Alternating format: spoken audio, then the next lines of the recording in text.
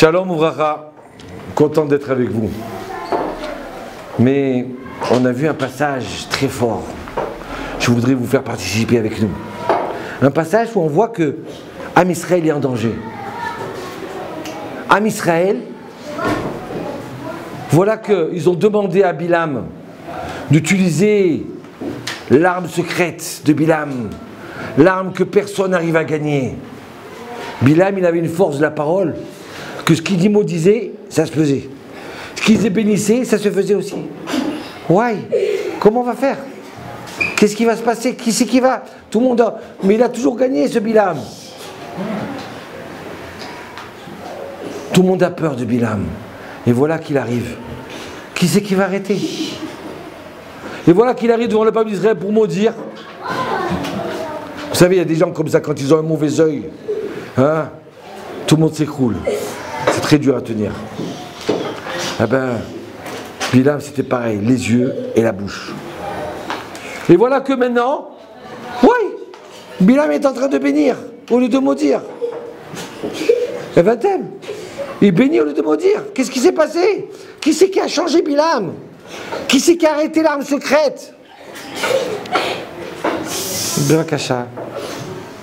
Vieladim Tzadikim. Vous savez qui c'est qui a arrêté l'arme secrète? C'est ces enfants-là qui rigolent. Ces enfants-là, Tzadikim. C'est ces enfants, le Midrash, il nous dit. C'est les enfants-là. Ces enfants-là qui ont arrêté cette arme secrète. C'est notre arme secrète du peuple d'Israël. Le fait qu'ils étudient la Torah. Le fait qu'ils ne connaissent pas la faute. Ils ne connaissent pas la faute. Donc alors, comme ils ne connaissent pas la faute, alors ils sont purs. Alors quand ils disent une Mishnah, ça monte au ciel directement. Il y a la Mishnah or, il y a l'or.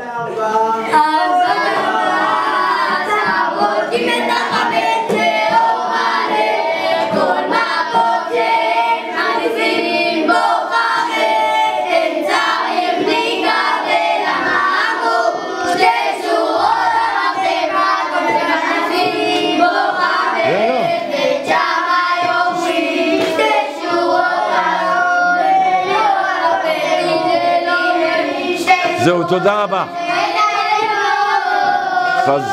Toda Rabba, Chazak Obo. Cette Mishnah là qu'ils connaissent par cœur, cette Mishnah là, il commence par Or l'Arbassa, à la lumière. Il commence par la lumière, par le bonheur, par la beauté. C'est ça qui a arrêté Bilam. C'est ça notre protection. On a vécu plusieurs fois des périodes, comme à l'époque de Ezra. Ils ne savaient même plus lire, les gens. Il n'y avait plus de Torah dans le peuple d'Israël. Pourquoi? Parce qu'il n'y a pas eu des gens qui ont monté des écoles. Des écoles de Torah, ils n'ont pas eu personne. Hein, et comment ça se fait qu'aujourd'hui on a des rabbins dans les synagogues? Comment ça se fait qu'on a des professeurs? Pourquoi? Parce qu'il y a 40 ans, il y a des tzadikim, des gens extraordinaires, qui ont décidé d'investir dans l'éducation de la Torah. Ah oui, c'est bien d'avoir des avocats, des ingénieurs, c'est très bien. Et la Torah, c'est ça qui va nous protéger. Il y a une deuxième raison, je vais vous dire une chose. Il a marqué comme ça, Bilam il a dit, il voulait maudire, d'un seul coup il a dit, qui c'est qui a compté la poussière de Yaakov? Quelles sont belles tes tentes Yaakov et tes demeures Israël? Quelle bénédiction extraordinaire. C'est quoi ça, Yaakov? C'est au niveau de Ekev, c'est le talon, c'est les enfants. Et Israël, c'est les adultes. Donc il vient et dit, vous savez quoi, qu'est-ce qui peut changer? Qu'est-ce qui peut bloquer ces malheurs-là? C'est les enfants qui étaient dans la boue.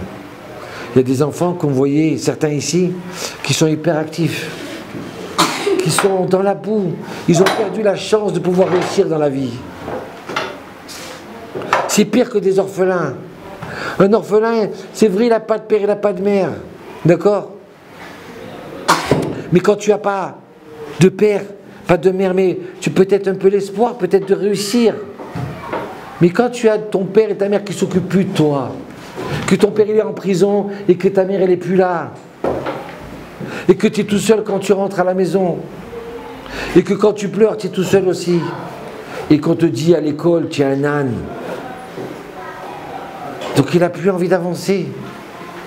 Donc il arrive dans une école comme la nôtre, d'accord? Ou des parents divorcés. Il arrive dans une école comme la nôtre et voilà que d'un seul coup on lui apprend à sourire, on lui apprend à lire, on lui fait confiance. Tu vas réussir, tu vas être un géant. Ça veut dire que cette pierre-là qui était dans la boue, comme il a dit à Bilam, dans la boue, de ce coup on la sort cette pierre et on la nettoie et elle commence à briller comme un diamant. Ça y est. Oui je sais lire, oui je sais ne pas frapper. Jusqu'à maintenant il faisait que frapper. C'était un monstre. Et bien maintenant c'est un petit génie. C'est top. C'est un petit génie. C'est maintenant quelqu'un qui sourit. Ici, j'ai dans cette classe des gens qui sont rentrés, des enfants qui sont rentrés qui n'avaient plus de sourire dans leur bouche. Ils étaient éteints. Ils ne voulaient même pas apprendre. Ils ne voulaient même pas bouger. Hein? Tu te rappelles, Kobi? Hein? Entièrement fermés. Et maintenant, ils sont épanouis. Michel Bérard, hommage, que Dieu bénisse chaque génération, ceux qui ont fait pousser les enfants dans la Torah, qu'ils ont fait grandir. Que ceux qui n'ont pas d'enfants, ils aient des enfants. Ceux qui ne sont pas célibataires, qui sont célibataires, qu'ils soient mariés. Et ceux qui ont besoin de Parnassa, qu'ils aient la Parnassa. Ceux qui ont besoin de santé, ils ont la santé. Et maintenant, moi, les mettre. Hachem, Ivareh, Rotrem. Toda Rabba. Merci.